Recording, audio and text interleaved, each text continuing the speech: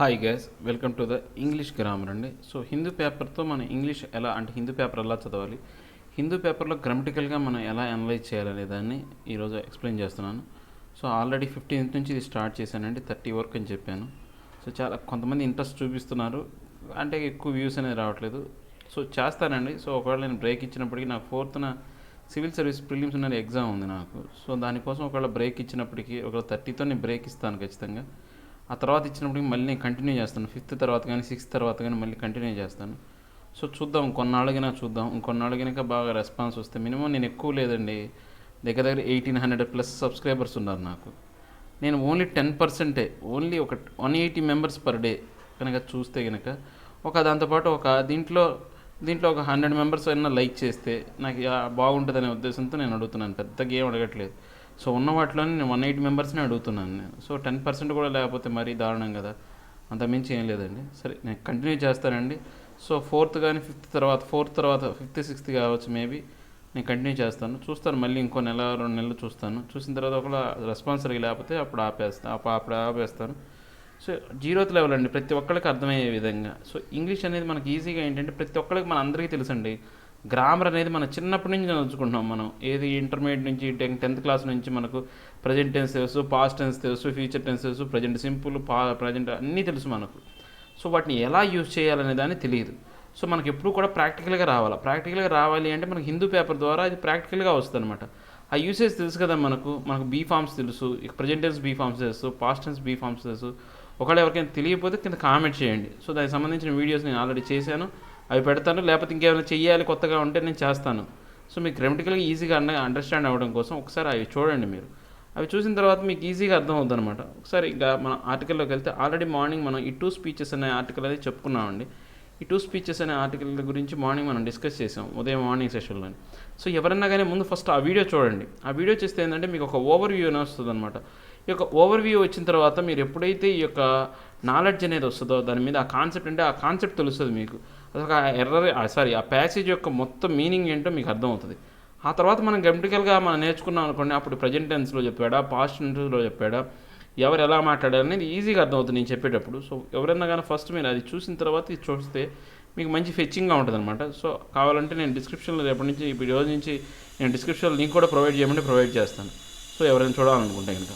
So first మనం కనుక చూస్తే ఇది 2 స్పీచెస్ అనమాట. 2 స్పీచెస్ అంటే ఏంటి, 2 సంభాషణలు ఏవైతే ఉన్నాయో, అంటే మనం ఏదైనా కానీ మనం ప్రసంగాలు చేసేటప్పుడు ఇచ్చేదాన్ని మన అంటే సంభాషణ అంటే కన్నా ప్రసంగం అన్నది. 2 ప్రసంగాలు అనేవి ఇచ్చారు. ఎవరిచ్చారు? మన భారతదేశ ప్రధాని ప్రైమ్ మినిస్టర్ నరేంద్ర మోడీ, తర్వాత ఈ యొక్క పాకిస్తాన్ ప్రధాని అయినటువంటి ఇమ్రాన్ ఖాన్ తర్వాత మన భారతదేశ ప్రధాని అయినటువంటి నరేంద్ర మోడీ గారు ఇద్దరు ఇచ్చారనమాట. సో మనం కనుక చూస్తే ఫస్ట్ ఆ యొక్క సబ్హెడ్డింగ్ అనేది మనం చూస్తే India must be mindful of the Pakistan strategy of raising bilateral issue in global fora. అంటే ఇండియా అనేది ఇప్పుడు ఇదేంటంటే ఇండియాకు మనకు ఒక సలహా ఇస్తున్నాం. సలహాలు సూచనలు రాబోయే కాలంలో జరగబోయేవన్నీ కూడా మనం ఎలా చెప్పాలంటే ఫ్యూచర్ టెన్స్లోనే చెప్పాలి. వీళ్ళు ఏమిస్తున్నారు, ఈ న్యూస్ ఆర్టికల్ రాసిన ఎడిటర్ ఏమంటున్నాడంటే ఒక సలహా ఇస్తున్నాడు భారతదేశానికి. So India must be mindful. Must అనేది ఏంటంటే మోడల్ అండి. సో మనకు ఫ్యూచర్ టెన్స్ వచ్చినప్పుడు మనకు మస్ట్ అనేది మోడల్గా మనం వాడతాం. అంటే ఈ యొక్క విల్లు, వుడ్, కెన్ను, కుడ్ ఇవన్నీ కూడా మన మోడల్స్ అనమాట. ఆ ఫ్యూచర్ ఇప్పుడు మన ఫ్యూచర్లో చెప్తున్నాం అంటే India must be mindful. India అనేది ఒకటి దృష్టిలో పెట్టుకోవాలి. ఏంటిది అది దృష్టిలో పెట్టుకోవాలా? Of the Pakistan strategy raising bilateral issue in the global fora. అంటే ఈ యొక్క గ్లోబల్ ఫోరాలో అంటే ఈ యొక్క అంతర్జాతీయమైనటువంటి ఈ యొక్క సభలు ఏవైతే ఉన్నాయో, వేదికలు ఏవైతే ఉన్నాయో, సభ లేదా వేదిక అంటుంది దీన్ని. ఫోరా అంటే ఈ గ్లోబల్ ఫోరా అనేది అంతర్జాతీయ ఫోరాలో మన భారతదేశానికి ఈ యొక్క పాకిస్తాన్కి బైలాటరల్ ఇష్యూస్ అనేవి ఉన్నాయన్నమాట. సో దానికి సంబంధించి వీళ్ళు వ్యూహాత్మకంగా కొంత సమస్య చేకూర్చే విధంగా చర్యలు చేస్తారు, అలాంటి పనులు చేస్తారనే అంశాన్ని మన భారతదేశం అనేది గుర్తించాలి అని చెప్తున్నారు అనమాట. ఈ యొక్క ఆర్టికల్లో అండి ఈ యొక్క ఇమ్రాన్ ఖాన్ని మిస్టర్ ఖాన్ అని భలే గొప్పగా మిస్టర్ ఖాన్ అన్నారు. నాకు అసలు వాడిని మిస్టర్ అంటాం కూడా నాకు అసహ్యం అనమాట. ఎందుకంటే వాడి దేశంలో అంత దరిద్రం పెట్టుకొని మన భారతదేశంలో జీనోసైడ్ అని వాడు ఇష్టం వచ్చినట్టు మన భారతదేశాన్ని పూర్తిగా సెకండ్ వరల్డ్ వార్ టైంలో జర్మనీతో పోల్చడం అనేది చాలా ఏహ్యమైనటువంటి విషయం అనమాట. వాడికే మేనర్స్ లేదు. ఒసామా బిన్ లాడెన్ని అతను ఒక ప్రవక్తలాగా ఒక మెసెంజర్ ఆఫ్ గాడ్ అన్నాడు. వాడు అంత యూజ్లెస్ క్యాండిడేట్. వాడిని మిస్టర్ అని అంటాం అనేది నాకు కొంచెం ఇబ్బందిగా అనిపించింది. కానీ వాళ్ళు ఆర్టికల్లో ఇచ్చారు కాబట్టి, సో మర్యాద కోసం ఇచ్చారు, మరి దేనికోసం ఇచ్చారు మనకు తెలియదు కాబట్టి ఇచ్చారు కాబట్టి మనం దాన్ని అలా చదవాల్సిందే. The speeches at the UN general assembly. అంటే ఈ స్పీచెస్ అనేవి ఎక్కడ జరిగినాయి, ఈ ప్రసంగాలు అనేవి ఎక్కడ జరిగినాయి, యుఎన్ జనరల్ అసెంబ్లీలో జరిగినాయి. అర్థమైంది కదా. By Pakistan prime minister. ఎవరు చెప్పారు మనకు? ఇప్పుడు ప్యాసివ్ వాయిస్ బై అనేది. ఇప్పుడు ఈ ప్రసంగం అనేది మనకు ఇంపార్టెంట్ ఇష్యూ. సో ఇక్కడ మిగతా అన్నీ కూడా మనకు సెకండరీ అనమాట. అందుకే ఇప్పుడు ఇది ఆబ్జెక్ట్ని సబ్జెక్ట్గా రాసి వీడు ఏం చెప్పాడు, ప్యాసివ్ వాయిస్లో చెప్పాడు అనమాట. By Pakistan prime minister Imran Khan and A day later by prime minister Narendra Modi. ఎప్పుడైతే ఈ యొక్క పాకిస్తాన్ ప్రైమ్ మినిస్టర్ అయినటువంటి ఇమ్రాన్ ఖాన్ ప్రైమ్ మినిస్టర్ నరేంద్ర మోడీ చెప్పిన ఒక రోజు తర్వాత వర్ ఏ స్టడీ ఇన్ కాంట్రాక్ట్స్. అంటే ఇప్పుడు ఏదైతే ఈ యొక్క కాంట్రాస్ట్ ఉంది, వీళ్ళిద్దరు చెప్పినటువంటి స్పీచ్ అనేది ఒకరికొకరికి విభేదించే విధంగా ఉంది. అంటే ముఖ్యంగా ప్రైమ్ మినిస్టర్ నరేంద్ర మోడీ ముందు చెప్పాడు కాబట్టి ఆయన తర్వాత చెప్పినటువంటి స్పీచ్ ఏదైతే ఉందో పూర్తిగా ఆయన యొక్క స్పీచ్ని విభేదించే విధంగా ఉంది. Mister Modi focused. అంటే మోడీ దేని మీద దృష్టి కేంద్రీకరించాడు? On India's own role. అంటే ఈ యొక్క మన భారతదేశానికి సంబంధించినటువంటి యొక్క సొంత అంటే విధానం ఏదైతే ఉందో, ఆ యొక్క రోల్ ఏదైతే ఉందో, ఏదైనా ఒక పని చేసేటప్పుడు మన అంటే ఎవరి యొక్క రోల్ వాళ్ళకు ఉంటుంది. సో మన భారతదేశం రోల్ ఏదైతే ఉందో, ఆ పని ఏదైతే ఉందో ఆన్ ద వరల్డ్ స్టేజ్, అంటే ఈ యొక్క ఇంటర్నేషనల్ స్టేజ్ కావచ్చు, లేకపోతే ప్రపంచం మొత్తం మీద ఉన్నటువంటి వేదిక మీద, and the need to reform the UN and expand the security council to give India more presentation. అంటే మోర్ రిప్రజెంటేషన్ అనేది మన భారతదేశానికి ఇవ్వాలి. ఏమని చెప్పాడు ఆయన? ఈ యొక్క గ్లోబల్ స్టేజ్ మీద మన యొక్క సొంత రోల్ ఏదైతే ఉందో దాని గురించి చెప్పాడు. ఏమని? ఈ యొక్క యుఎన్లో రీఫార్మ్స్ తీసుకురావాలా, కొత్తగా మార్పులు అనేవి తీసుకురావాలా, ఆ ఆవశ్యకత ఉంది, అవసరం ఉంది. దాంతోపాటు ఈ యొక్క సెక్యూరిటీ కౌన్సిల్ అనేది ఎక్స్పాండ్ చేయాలా. ఎలాగ ఎక్స్పాండ్ చేయాలా? దాంట్లో భారతదేశానికి కూడా ఎక్కువ ప్రాధాన్యత ఇచ్చే విధంగా, రిప్రజెంటేషన్ ఇచ్చే విధంగా, అంటే దాంట్లో మన భారతదేశం కూడా ఉండే విధంగా చర్యలు తీసుకోవాలని చెప్పేసి ఆయన ఆ స్పీచ్లో మాట్లాడాడు. Mister Khan focused less time on Pakistan. ఇప్పుడు ఈ ఖాన్ ఎవరైతే ఉన్నారో, పాకిస్తాన్ ప్రధాని ఎవరైతే ఉన్నాడో ఆయన ఎక్కువగా దేని మీద కాన్సన్ట్రేట్ చేశాడు అంటే అంటే లెస్ టైమ్ ఆన్ పాకిస్తాన్. అతని యొక్క సొంత దేశం మీద ఏమీ కాన్సన్ట్రేట్ చేయలేదు. వాళ్ళ దేశంలో ఉన్న సమస్యల గురించి చెప్పలేదు, లేకపోతే వాళ్ళ దేశంలో జరుగుతున్న అభివృద్ధి పరిస్థితులు, అంటే అక్కడ ఏమీ అభివృద్ధి లేదనుకోండి, సో ఏమీ చెప్పలేదన్నమాట. తక్కువ time. Launching a broadside against India. ఎప్పుడు వీళ్ళ బతుకంతా పాకిస్తాన్లో ఇమ్రాన్ ఖానే కాదు, ఈ దరిద్రుల బతుకంతా కూడా మన భారతదేశం మీద పడి ఏడవటే అనమాట. సో ఇప్పుడు పూర్తిగా ఆయన ఏంటి, ఈ యొక్క భారతదేశం మీద పడి ఏడ్చాడు, పూర్తిగా మన భారతదేశానికి వ్యతిరేకంగా మాట్లాడాడు. Mister Modi made no reference to Pakistan and speak about terrorism only in broader terms. అంటే మన భారతదేశానికి సంబంధించినటువంటి యొక్క ప్రధాని మోడీ మాత్రం ఆయన ఏమీ ఒక పాకిస్తాన్కి సంబంధించినటువంటి ఎటువంటి అంశాన్ని కూడా ఆయన లేవనెత్తలేదన్నమాట, వాటి గురించి మాట్లాడలేదు. ఓన్లీ ఆయన ఏం మాట్లాడాడంటే టెర్రరిజం అనేది యొక్క బ్రాడర్ టర్మ్ కింద, అంటే అన్ని దేశాలను ఉద్దేశించి అన్ని చోట్ల ఉన్నటువంటి యొక్క ఉగ్రవాదం గురించి మాత్రమే ఆయన మాట్లాడాడు తప్పితే ఈ యొక్క పాకిస్తాన్ గురించి అసలు ఏమీ మాట్లాడలేదన్నమాట. A reply to mister Khan speech was left to an Indian diplomat who described it as incessant rant and lies, misinformation and warm ongoing. అంటే ఇప్పుడు ఎవరైతే ఈ యొక్క పాకిస్తాన్ ప్రెసిడెంట్ అయినటువంటి ఖాన్ స్పీచ్కి పూర్తిగా ఈ యొక్క ఇండియన్ డిప్లొమాట్ ఎవరైతే ఉన్నారో ఆయన కౌంటర్ ఇచ్చాడనమాట. దానికి సంబంధించి ఆయన ఆ యొక్క స్పీచ్ గురించి మాట్లాడి ఆయన వదిలిపెట్టారు డిప్లొమాట్ మీద. ఆయన ఏం డిస్క్రైబ్ చేశాడు, ఏం చెప్పాడు అంటే ఈ యొక్క స్పీచ్ ఏదైతే ఉందో ఆగకుండా జరిగినటువంటి ఒక తప్పుడు విధానం అనమాట. దీంట్లో అన్ని అబద్ధాలు, లైస్, మిస్ఇన్ఫర్మేషన్, తప్పుడు ఇన్ఫర్మేషన్ అనేది ఉంది, తప్పుడు సమాచారం ఉంది. దాంతోపాటు ఇక్కడ ఏంటి అంటే వామ్ ఆంగరింగ్ అంటే ఏంటి అంటే పూర్తిగా అక్కడ అంటే వేడిని పెంచే విధంగా, అంటే అక్కడ ఏంటంటే పరిస్థితులు మార్చి గొడవ కలిగించే విధంగా, యుద్ధానికి ఉసుగొలిపే విధంగా ఉంది. బాగా అక్కడ చర్చలు వేడెక్కాయి అంటే గొడవకు దారి తీస్తున్నాయని అలాంటి విధానంగా ఉందని చెప్పేసి ఆయన చెప్పాడు. Mister Khan's reference to India. ఈ యొక్క ఖాన్ యొక్క రిప్రజెంటేషన్ అనేది మన భారతదేశాన్ని ఉద్దేశించి ఆయన ఏం మాట్లాడాడంటే which formed more than a third of is a text. అంటే ఆయన మాట్లాడే మాటలో 3వ వంతు మాటలు అనేవి మన భారతదేశం గురించే మాట్లాడాడు అనమాట. Repeated the verification in he's previous speeches. అంటే ఇంతకుముందు ఏవైతే అపవాదులు ఏవైతే ఉన్నాయో, ఇంతకుముందు పాస్ట్ స్పీచెస్లో ఏవైతే అపవాదులు ఉన్నాయో మళ్ళీ వాటిని తిరిగి రిపీట్ చేశాడనమాట, మళ్ళీ వాటిని తిరిగి పునరుద్ఘాటించాడనమాట, అవే చెప్పాడనమాట. accusing the Modi government state sponsorship of Islamophobia. అంటే ఇక మోడీ ప్రభుత్వం ఏదైతే ఉందో పూర్తిగా దాని యొక్క విధానం ఎలా ఉందంటే ఇస్లామోఫోబియా అనమాట. ఇస్లాం అనే పేరు చెప్పడానికే మేము ఇస్లాం అంటే ఇస్లాం మతాన్ని పాటిస్తామని చెప్పడానికే భయపడేంత ఇస్లామోఫోబియా అనమాట. అంటే ఇస్లామికులను ఎవరిని కూడా బతకనివ్వడానికి అవకాశాలు లేని విధంగా అక్కడ దేశంలో పరిస్థితులు ఉన్నాయి. Of following an extremist ideology of the RSS. దాంతోపాటు ఏంటి అంటే ఈ యొక్క అతివాదులు, ఎక్స్ట్రీమిస్ట్ అంటే అతివాదమైనటువంటి ఈ యొక్క ఐడియాలజీ ఏంటి ఏదైతే ఉందో, అంటే ఆలోచన ధోరణి ఏదైతే ఉందో ఆర్ఎస్ఎస్కి సంబంధించినటువంటి ఐడియాలజీ, ఆలోచన ధోరణి అనేది ఈ యొక్క వీళ్ళకు ఉంది. Which he claim is inspired. అంటే ఇప్పుడు ఈ యొక్క క్లెయిమ్స్ అన్నీ కూడా ఎలా ఇన్స్పైర్ చేయబడ్డాయి, ఎలా వీళ్ళ మీద ప్రోత్సహించబడ్డాయి అంటే by Nazi concept of racial purity and supremacy. ఈ యొక్క అన్నీ కూడా వీళ్ళు ఎక్కడి నుంచి ప్రభావితం అయ్యారంటే నాజీ కాన్సెప్ట్ ఏదైతే ఉందో, రెండో ప్రపంచ యుద్ధంలో హిట్లర్కి సంబంధించినటువంటి నాజీ పరిపాలన ఎలాంటిదైతే ఉందో దాని ద్వారా వీళ్ళు ప్రేరేపితులయ్యారు. And of planning to cleanse the country of minorities. అంటే ఇంకా వీళ్ళు ఏం చేస్తున్నారంటే రాబోయే కాలంలో ఆ దేశంలో ఉన్నటువంటి మైనారిటీస్ అంటే ముఖ్యంగా ముస్లిమ్స్ని పూర్తిగా క్లీన్స్ అంటే నిర్మూలింపజేయాలి. క్లీన్స్ అంటే కడిగి వేయటం, నిర్మూలింపజేయటం చేయాలని చూస్తున్నారని చెప్పాడు ఈ యొక్క పనికిమాలిన ఎదవ. ఆ నాజీజానికి మన భారతదేశానికి చాలా తేడా ఉంది. అసలు ఆ భారతదేశం అనేది ఎప్పుడు కూడా ఈ మతం ఆ మతం అనేది ఎప్పుడు చూడదండి. ఎన్నున్నా కానీ ఎంతమంది ఎన్ని చేసినప్పటికీ కూడా మన దగ్గర బలమైనటువంటి ఈ యొక్క జ్యుడిషియరీ విధానం ఉంది. సో ఆ జ్యుడిషియరీ విధానం అంత ఆషామాషిగా ఏది ఒప్పుకోదు. సో ఏదో ఒక ఆస్పెక్ట్లో మన భారతదేశంలో మనకి ఎవరో ఒకరి నుంచి ఒక సపోర్ట్ అనేది వస్తుంది. సో ఎవరైనా ఒక మనిషి మీద ఇద్దరు మనిషి మీద దాడి చేస్తే అది పెద్దగా కాకపోవచ్చు, కానీ పూర్తిగా ఒక మతానికి ఒక దానికి పూర్తిగా దాడి చేయడం అనేది మన భారతదేశ రాజ్యాంగం ప్రకారం జరగదు. దీంట్లో రకరకాలైనటువంటి వ్యవస్థలనే ఉన్నాయి. లెజిస్లేటివ్ ఉంది, జ్యుడిషియరీ ఉంది, అన్నీ ఉన్నాయి. సో అలాంటి లేని దేశాలు అన్నమాట, తుపాకీ పరిపాలన జరిపే దేశాలు మన భారతదేశాన్ని నొక్కి చెప్పడం అనేది వివాదాస్పదమైన అంటే హాస్యాస్పదమైన అంశం అనమాట. Next, extreme comparisons were made between the Citizens Amendment Act and the Nuremberg laws. అంటే ఇప్పుడు చాలా అత్యంత భయంకరమైనటువంటి కంపారిజన్ అనేది జరిగిందనమాట. వర్ మేడ్ అంటే ఏంటి, మనకు ఇది పూర్తిగా మనం చూస్తే ఏంటంటే ప్యాసివ్ వాయిస్లోనే చెప్పాడు. ఎప్పుడైనా సరే మనకు బీ ఫామ్ పక్కన ఈ యొక్క V3 వచ్చిందంటే ఇది ప్యాసివ్ వాయిస్ అనమాట. అంటే ఈ యొక్క సిటిజన్షిప్ అమెండ్మెంట్ లా గురించి ఏదైతే ఉందో ఆ కంపారిజన్ అనేది దేని గురించి చేశానంటే ఈ యొక్క నెరెంబర్గ్ అనే ఈ యొక్క జర్మనీలో ఉన్నటువంటి ఈ యొక్క ఊరు అనమాట అది.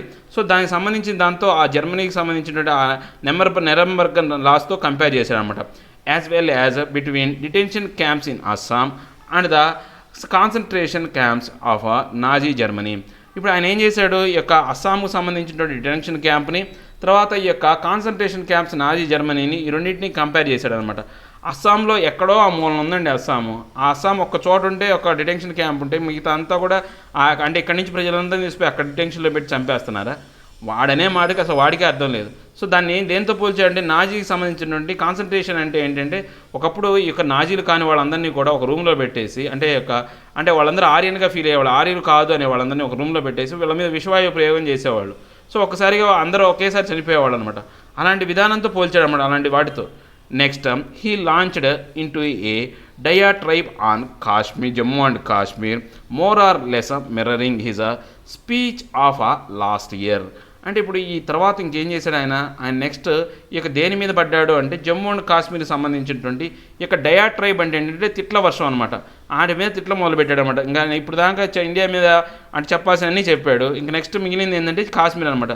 దాన్ని లాంచ్ చేశాడు ఇంకా ఆ విషయాన్ని. ఇంతకుముందు ఏదైతే స్పీచ్ లాస్ట్ ఇయర్ ఎలాంటి స్పీచ్ అయితే ఇచ్చాడో కాశ్మీర్ గురించి మళ్ళీ అదే స్పీచ్ అనేది రిపీట్ చేశాడు అనమాట. Which included accusations that the government's move to dilute article 370. అంటే ఇప్పుడు ఈ యొక్క దీంట్లో ఇంకా ఈయన ఏం ఎక్యూజ్ చేశాడంటే ఎక్యుజేషన్స్ ఏం చెప్పాడు అంటే భారతదేశం అనేది ఈ యొక్క ఆర్టికల్ 370ని రద్దు చేయడానికి చేసినటువంటి పనులు ఏవైతే ఉన్నాయో గవర్నమెంట్ మూవ్స్ అన్నాడు. ఈ యొక్క విధానం ఏదైతే ఉందో దాని గురించి. And reorganise J&K state, Jammu and Kashmir state into union territories where akin to a final solution of genocide for the state and contravenes union laws. అంటే ఇప్పుడు ఏదైతే ఉందో ఈ యొక్క జమ్మూ కాశ్మీర్ సంబంధించినటువంటి ఆర్టికల్ 370 రద్దు చేయడం కావచ్చు, దాని 2 రాష్ట్రాలుగా యూనియన్ టెరిటరీగా విడగొట్టడం అనేది ఎలా పోలికగా ఉందంటే ఈ యొక్క మారణకాండకి ఏదైతే ఉందో దాన్ని పోల్చే విధంగా ఉందన్నమాట. వారు ఎక్కినంటే పోలికలాగా ఉందన్నమాట. ఫైనల్ సొల్యూషన్ ఏదైతే ఉందో మారణకాండకి ఏదైతే ఉందో దానికి పోల్చే విధంగా అనమాట. అంటే ఆ మారణకాండకి చివరి దశలో మనం పోల్చేయడానికి ఎలా అయితే ఉందో అలా ఉంది ఇప్పుడు పరిస్థితులు అనేవి అని చెప్పాడు అనమాట. అవంతా కూడా ఆ విధానాలన్నీ కూడా ఈ యొక్క యుఎన్ లాస్, యునైటెడ్ నేషన్స్ సంబంధించినటువంటి ఏవైతే చట్టాలు ఉన్నాయో దాటికి యొక్క కాంట్రవెన్స్ అనమాట, దానికి వ్యతిరేకంగా ఉంది. అంటే దాన్ని పూర్తిగా ఏంటంటే అతిక్రమించే విధంగా ఉంది అని చెప్పాడు అనమాట. He concluded with a reference to LOC tensions. ఆయన యొక్క సభలో యొక్క చివరి సమావేశాన్ని అంటే ఆయన చెప్పిన ప్రసంగాన్ని ఎలా ముగించాడు అంటే ఎల్ఓసి టెన్షన్స్తో ముగించాడనమాట. Where cease fire violations have risen. అంటే యొక్క సీజ్ ఫైర్ అనేది అంటే ఏదైతే తాత్కాలిక సంధి ఏదైతే ఉల్లంఘనలు అనేవి రోజు రోజుకి హ్యావ్ రైజన్ పెరిగిపోయినాయి అనమాట. Ending on an aggravated note that refer to Kashmir as a nuclear flashpoint. So ఇంకా ఆయన చెప్పేటప్పుడు పూర్తిగా మీటింగ్ని ముగించేటప్పుడు, ఆయన ప్రసంగాన్ని ముగించేటప్పుడు ఏంటి అంటే అతిశయోక్తి చెప్పినట్టు అనమాట, మరీ ఓవర్గా చెప్పాడనమాట. కాశ్మీర్ అనే అంశాన్ని ఈ యొక్క న్యూక్లియర్ ఫ్లాష్ పాయింట్గా, అంటే భారతదేశానికి యొక్క ఏదైతే పాకిస్తాన్ కనుక యుద్ధం వస్తే అణుబాంబుల ప్రయోగం అనేది కాశ్మీర్ వల్లనే జరుగుతుంది, కాశ్మీర్ అనేది కేంద్ర బిందువుగా ఉంటుంది ఆ యొక్క అణుబాంబు యుద్ధానికి అని చెప్పేసి ఆయన ప్రసంగాన్ని ముగించాడనమాట. Mister Khan's speech can be easily countered and dismissed. ఈ యొక్క ఖాన్స్ స్పీచ్ ఏదైతే ఉందో అంటే ఇప్పుడు ఈ యొక్క ఏదైతే కెన్ బి అనే దాన్ని మనం ఎక్కడ ప్రయోగించారంటే ఇక్కడ ప్రయోగిస్తే ఏంటంటే ఇది ఫ్యూచర్ టెన్స్ చెప్పేది. సో ఇప్పుడు ఎడిటర్ ఏం చెప్తున్నాడంటే మనం ఈజీగా దాన్ని కౌంటర్ చేయొచ్చు, దానికి మనం ఏంటంటే తిప్పి కొట్టచ్చు, దాంతోపాటు మనం దాని పక్కన కూడా పడేయచ్చు అని ఈ యొక్క ఎవరైతే ఉన్నారో ఆదో చెప్తున్నాడు, ఆయన వర్షంలో చెప్తున్నాడు. ఎస్ ద గవర్నమెంట్ హ్యాస్, ఎందుకని గవర్నమెంట్కి అవకాశం ఉంది, కలిగి ఉంది, ఆ అవకాశం అనేది కలిగి ఉంది, గవర్నమెంట్ దగ్గర ఆ అంశం అనేది ఉందన్నమాట. ఆ గవర్నమెంట్ హ్యాస్ అంటే గవర్నమెంట్ దగ్గర ఆ అంశం ఉందని చెప్తున్నాను అనమాట. Pakistan's own record on minorities. Pakistan సంబంధించినటువంటి తన సొంత రికార్డులు ఏవైతే ఉన్నాయో మైనారిటీ మీద చూస్తే అవి చాలా దారుణంగా ఉన్నాయన్నమాట. Including its own laws that even prevent minorities from holding high offices. అంటే ఇప్పుడు ఏదైతే కొన్ని చట్టాలు పాకిస్తాన్లో ఉన్నాయన్నమాట, ఆ చట్టాల ప్రకారం ఏదైతే వాళ్ళ సొంత చట్టాల ప్రకారం చూస్తే మైనారిటీస్ ఎవరైతే ఉన్నారో అలాంటి వాళ్ళని హై ఆఫీసుల్లో పదవుల్లో ఉండనీయకుండా ప్రివెంట్ చేయడానికి సంబంధించినటువంటి చట్టాలు అనేవి వాళ్ళకు ఉన్నాయన్నమాట. Completely demolish Pakistan credentials to attack India. So ఇవంతా ఈ అంశాలన్నీ కూడా వాళ్ళని పూర్తిగా క్షీణింపజేస్తున్నాయి, పడగొడుతున్నాయి. డిమిలిష్ అంటే ఏంటంటే పడగొట్టడం అనమాట. పాకిస్తాన్కి సంబంధించినటువంటి ఏదైతే క్రెడెన్షియల్స్ ఉన్నాయో దాని అంటే ఇప్పుడు దానికి ఏదైతే అవకాశం ఏదైతే ఉందో మన భారతదేశాన్ని మీద చేయగలిగే అటాక్ చేయగలిగే అవకాశం ఏందో ఆ అవకాశాన్ని పూర్తిగా ఈ అంశాలనే పక్కన అంటే పూర్తిగా పడగొడుతున్నాయి అనమాట. Which is a constitutionally declared. ఇక్కడ చూడండి, ఈ యొక్క విచ్ డిక్లేర్డ్ ఏ కాన్స్టిట్యూషనల్లీ అంటే పోతుంది. సో ఇక్కడ ఏంటి మనకు పర్ఫెక్ట్ టెన్స్లో చెప్పాడు, పర్ఫెక్ట్ అంటున్నా. ఈ యొక్క ప్రజెంట్ టెన్స్ ఏదైతే ఉందో ఆ యొక్క ప్రజెంట్ టెన్స్ సంబంధించినటువంటి ప్యాసివ్ వాయిస్లో మనకు చెప్పాడు అనమాట. సో ఈజ్ డిక్లేర్డ్ అనేవి ఈ యొక్క వెర్బులు అనమాట. ఏ కాన్స్టెంట్లీ అంటే ఏంటంటే కాన్స్టిట్యూషనల్లీ అంటే ఏంటంటే అది మనకు సబ్జెక్ట్ అనమాట, అంటే దాన్ని ముందు పెట్టచ్చు. సో మీ మధ్యలో ఈ వెర్బుల మధ్యలో పెట్టాడనమాట, ఈ వెర్బ్ మధ్యలో పెట్టాడనమాట. ఇది ఒక రకమైనటువంటి ప్రయోగం అనమాట. Which is a constitutionally declared secular democracy. అంటే మన భారతదేశం ఏంటంటే ఈ యొక్క రాజ్యాంగ పరంగా ఏదైతే డిక్లేర్ చేయబడినటువంటి ఒక లౌకికమైనటువంటి యొక్క ప్రజాస్వామ్యం అనమాట. ఈ లౌకికమైనటువంటి ప్రజాస్వామ్యాన్ని కలిగి ఉందన్నమాట. Mister Khan's accusations of Indian state terrorism come even as his country faces a decisive moment at the Financial Action Task Force in October, where Pakistan has been kept on a grey list since June 2018. అంటే ఇప్పుడు మనకు ఈ యొక్క ఖాన్ ఏదైతే ఉందో మన భారతదేశం చేసినటువంటి ఆరోపణ ఏదైతే ఉందో ఈ యొక్క మన భారతదేశం అనే స్టేట్ టెర్రరిజాన్ని ప్రోత్సహిస్తుందనే అంశానికి మనం చూసుకుంటే ముందు వాళ్ళ యొక్క మొహాన్ని వాళ్ళు చూసుకోవాలి. ఆ యొక్క ఎందుకని ఇప్పుడు ఆల్రెడీ ఈ యొక్క డిసిసివ్ అనమాట, నిర్ణయాత్మకమైనటువంటి ఒక విధానాన్ని అనే దాన్ని పాకిస్తాన్ ఫేస్ చేస్తుందన్నమాట. దేనికి సంబంధించి ఈ యొక్క ఫైనాన్షియల్ యాక్షన్ టాస్క్ ఫోర్స్ ఏదైతే అక్టోబర్లో జరిగిందో, ఆ యొక్క 2018 అక్టోబర్లో జరిగిందో అప్పటి నుంచి అంటే ఒక అక్టోబర్లో మనం రీసెంట్గా చూస్తే 2018 నుంచి కూడా ఇది పాకిస్తాన్ అనేది పూర్తిగా గ్రే లిస్ట్లో పెట్టబడింది అనమాట. హ్యాస్ బీన్ కెప్ట్ ఇదంతా వెర్బే అంటే హ్యాస్ బీన్ కెప్ట్ అనమాట. పూర్తిగా దాన్ని ఏం చేశారు, ఆ యొక్క ఫైనాన్షియల్ టాస్క్ ఫోర్స్ కింద ఈ యొక్క దాంట్లో గ్రే లిస్ట్లో పెట్టారనమాట.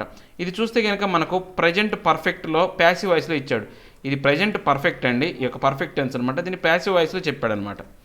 Next his accusations on the reorganization of J&K and of attempting demographic changes are equally strange given Pakistan has itself just declared Gilbert-Balstan a province and has carried out the resultant of non-Kashmirism in a Pakistan occupied Kashmir for decades. అంటే ఇప్పుడు ఈయన యొక్క accusation ఏదైతే ఉందో భారతదేశానికి సంబంధించి ఈ యొక్క జమ్మూ అండ్ కాశ్మీర్ సంబంధించినటువంటి రీఆర్గనైజేషన్ చట్టం ప్రకారం ఏంటంటే ఈ యొక్క డెమోగ్రఫిక్ చేంజ్ అనమాట, అంటే జనాభాలో మార్పు అనేది వస్తుంది. ఇంతవరకు పాకిస్తాన్ పౌరులు ఎవరైతే ఉన్నారో వాళ్ళు మాత్రమే అక్కడ అన్ని సౌకర్యాలు పొందేవాళ్ళు అనమాట. ఇప్పుడు వేరే వాళ్ళు కూడా అక్కడ పౌరసత్వాన్ని పొంది అక్కడ ఇల్లు కట్టుకోవడం అన్నీ చేయొచ్చు అనమాట, అంటే వేరే రాష్ట్రాలకు చెందిన పౌరులు కూడా. సో ఆ అంశాన్ని కనుక మనం చూస్తే ఇది వాళ్ళ చెప్పడం అనేది చాలా స్ట్రేంజ్గా ఉందన్నమాట. ఎందుకని ఇక పాక్ ఆక్యుపైడ్ కాశ్మీర్ ఏదైతే ఉందో అది కూడా కాశ్మీర్లో భూభాగమే కదా, దాంట్లో చాలా వరకు ఏంటి అంటే అంటే గిల్గిట్ బాల్టిస్తాన్ అనే దాంట్లో మనం ఏమైనా చూస్తే ఎక్కువగా ఏంటంటే అక్కడ పాకిస్తాన్కి సంబంధించినటువంటి నాన్ కాశ్మీర్లీ అనేవాళ్ళు ఎక్కువగా ఆ ప్రదేశాన్ని ఆక్యుపై చేసుకొని ఉన్నారన్నమాట కొన్ని దశాబ్దాల కాలంగా. సో ఆ యొక్క ఏదైతే ఈ యొక్క రీసెటిల్మెంట్ అనే దాన్ని పాకిస్తానే ఎంకరేజ్ చేస్తుంది. సో అలాంటి దేశం మన భారతదేశం మీద దియబట్టడం అనేది అంటే అది మనం పట్టించుకోవాల్సిన అంశం ఏమీ కాదు, అది ఇంత పెద్ద గొప్ప అంశం ఏమీ కాదు అని చెప్తున్నాను అనమాట. Even if some of the concerns that were raised by mister Khan, అంటే ఇవన్నీ ఉన్నప్పటికీ కూడా ఈ యొక్క సమ్ కన్సర్న్స్ అనమాట, కొన్ని ఆందోళనలు అనేవి ఎవరు రైజ్ చేశారు, మిస్టర్ ఖాన్ అనే అతను వర్ రైజ్డ్, చూడండి మనకు ప్యాసివ్ వాయిస్లో ఇచ్చాడు, బై అంటే were raised by Khan raise చేశాడు అనమాట. Are also being debated inside India, అవన్నీ కూడా మన భారతదేశంలో కూడా చర్చలు జరిగినటువంటి అంశాలే అనమాట. Sans the over dramatic characterization they are certainly not within the purview of another country and not a legislator subject for his address to UN. అంటే ఇప్పుడు ఏంటి అంటే ఆయన చెప్పిన అంశాలన్నీ కూడా మన భారతదేశంలో మనం చర్చిస్తున్న అంశాలే. దాంతోపాటు ఇంకా ఏంటి అంటే ఆయన మరీ ఎక్కువగా ఓవర్ డ్రామాటిక్గా అనమాట, అంటే భలే ఎక్కువ నాటకీయంగా అనేది ఒక క్యారెక్టరైజేషన్ అనేది చేశాడనమాట, పూర్తిగా దాన్ని క్యారెక్టరైజేషన్ చేశాడు. దాంతోపాటు ఏంటి అంటే ఈయన యొక్క ఏదైతే మన భారతదేశానికి సంబంధించినటువంటి భూభాగం గురించి ఆ పరిధికి సంబంధం లేని వ్యక్తి ఎవరైతే ఉన్నారో ఆ యొక్క ఇమ్రాన్ ఖాన్ లాంటి వ్యక్తి అనే అతను మాట్లాడటం అనేది సరైనటువంటి అంశం కాదు. దాంతోపాటు ఈ యొక్క యుఎన్కి సంబంధించిన అంశాల్లో ఇలాంటి వాటి చట్టబద్ధత కూడా లేదు. ఇలాంటి అంశాలని అంటే వాళ్ళ దేశానికి గురించి కాకుండా పక్క దేశాల గురించి మాట్లాడే అధికారం కావచ్చు, లేకపోతే అలాంటి ఏదైతే చట్టబద్ధత అనేది ఎవరికీ లేదనమాట. సో అలాంటి పనులనేవి ఆయన చేశారనమాట. While India can safely disregard his barbs. ఇప్పుడు మన భారతదేశం ఏంటి, ఈ యొక్క భారతదేశం మాత్రం ఈ యొక్క ఏవైతే ఉందో ఆయన యొక్క డిస్రిగార్డ్స్ ఏదైతే ఉందో వాటి నుంచి జాగ్రత్తగా ఏంటంటే తప్పించుకుందనమాట. అక్రూరమైనటువంటి ఆ మాటలు ఏవైతే ఉన్నాయో వాటి నుంచి తప్పించుకుందనమాట ప్రస్తుతానికి. It must not under estimate, కానీ మనం ఇంకా దాన్ని తక్కువగా చూసుకోకూడదు. ఇది ఫ్యూచర్ టెన్స్ అండి, మస్ట్ అండర్ ఎస్టిమేట్, తక్కువగా చూడకూడదు. ఇంకా దేర్ ఇంటెంట్ అంటే వాళ్ళ యొక్క ఉద్దేశాన్ని మనం తక్కువ అంచనా వేయకూడదు అనమాట. As part of A larger strategy to consistently hold these allegations against India. అంటే ఇప్పుడు వీళ్ళకి ఏంటి అంటే ఈ యొక్క పెద్ద ఒక వ్యూహం అనేది ఉందన్నమాట. వీళ్ళు ఎప్పుడూ కూడా కంటిన్యూస్గా మన భారతదేశం మీద ఇలాంటి యొక్క ఏవైతే ఉన్నాయో అంశాలు అనేవి విసిరేస్తూ ఉంటారు, ఇలాంటి మాటలు అనేవి యుద్ధం అనేది చేస్తూనే ఉంటారు. హౌల్ అంటే ఏంటంటే విసరటం అనమాట, మన భారతదేశానికి వ్యతిరేకంగా చేస్తూనే ఉంటారు. In the hope that some of it will stick. వాళ్ళ యొక్క ఉద్దేశం ప్రకారం ఏంటంటే ఎవరైనా వీటిని నమ్మకపోతారా, విల్ స్టిక్ అంటే వీటికి అంటుకుపోతారా, నమ్మి అంటకపోతారా అనే ఉద్దేశంతో వాళ్ళు ఉన్నారు. కాబట్టి ఆ ఇంటిని మనం దెబ్బతీసే విధంగా మన భారతదేశం అనేది చర్యలు తీసుకోవాలి అని చెప్తున్నాను అనమాట. సో ఇదండి ఈ రోజున హిందూలోని ఒక ఆర్టికల్ని గ్రామటికల్గా ఎక్స్ప్లెయిన్ చేసినటువంటి విధానం. నా ఎక్స్ప్లెనేషన్ మీకు నచ్చే ఉంటుంది అనుకుంటున్నాను. నచ్చితే లైక్ చేయండి, షేర్ చేయండి. మీరు ఏదైనా చెప్పాలి అనుకుంటే కింద కామెంట్ రూపంలో తెలియజేయండి. ఇంకా సబ్స్క్రైబ్ అవ్వని వాళ్ళు ఎవరైనా ఉంటే సబ్స్క్రైబ్ అవ్వండి. Thank you very much.